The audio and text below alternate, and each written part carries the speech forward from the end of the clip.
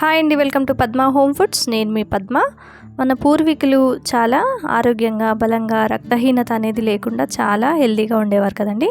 అప్పట్లో వాళ్ళు పల్లీలు, బెల్లము, కొబ్బరి, బెల్లము ఇలా తినేవాళ్ళు కదా. ఇప్పుడైతే మనం పల్లి పట్టీలు అలా ప్రిపేర్ చేసుకుంటున్నాం, కానీ అప్పట్లో అలాంటివి ఏమీ ప్రిపేర్ చేసుకునే వాళ్ళు కాదు.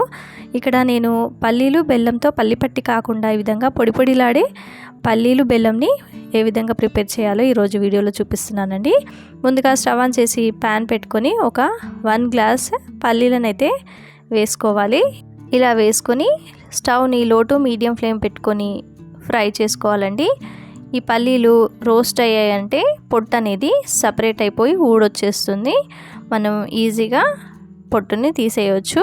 ఈ విధంగా పల్లీలన్నీ కొంచెం కలర్ చేంజ్ అయ్యి పొట్టు అనేది సపరేట్ అయింది కదండి. ఇప్పుడు ఒక ప్లేట్లోకి తీసుకుని చల్లారిన తర్వాత పొట్టంతా కూడా మనం ఈజీగా తీసేసుకోవచ్చు. ఈ విధంగా తీసుకొని పక్కన పెట్టుకోవాలి. ఇప్పుడు మరొక ప్లేట్ తీసుకొని అందులోకి ఒక 1/2 టేబుల్ స్పూన్ గీ వేసుకొని ప్లేట్ అంతా కూడా స్ప్రెడ్ చేసుకోండి. ఈ విధంగా ప్లేట్కి స్ప్రెడ్ చేసుకున్న తర్వాత ఒక బౌల్కి కూడా స్ప్రెడ్ చేసుకోండి.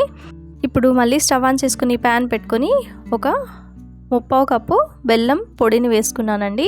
ఒక 1 గ్లాస్ పల్లీలకి 3/4 గ్లాసు బెల్లం పొడి వేసుకున్నాను. ఒక 1/4 గ్లాస్ వాటర్ వేసుకొని బెల్లం పానకం పట్టుకోవాలన్నమాట.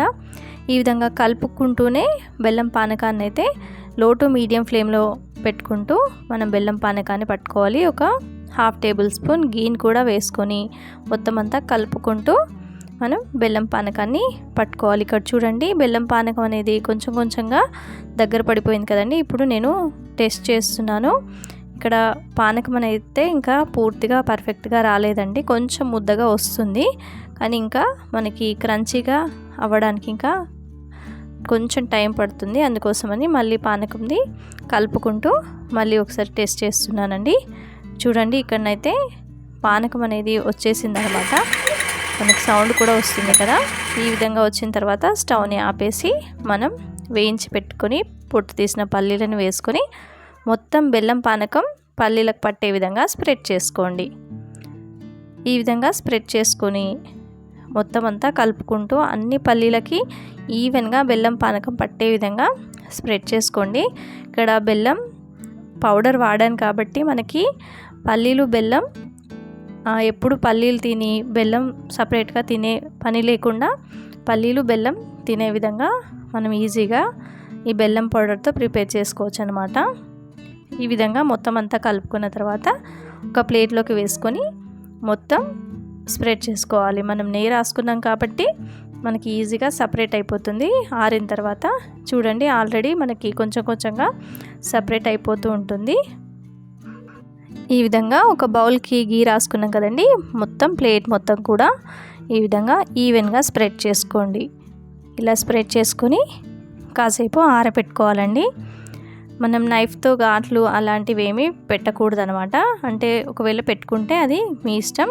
కానీ ఇక్కడ నేను పొడి పొడిలాడే పల్లీలు, బెల్లం ప్రిపేర్ చేస్తున్నాను కాబట్టి అలాగే వదిలేసి కాసేపు అయిన తర్వాత మనం కదిలిస్తే చక్కగా పల్లీలు, బెల్లం అనేది సపరేట్ అయిపోతుంది ప్లేట్ నుంచి.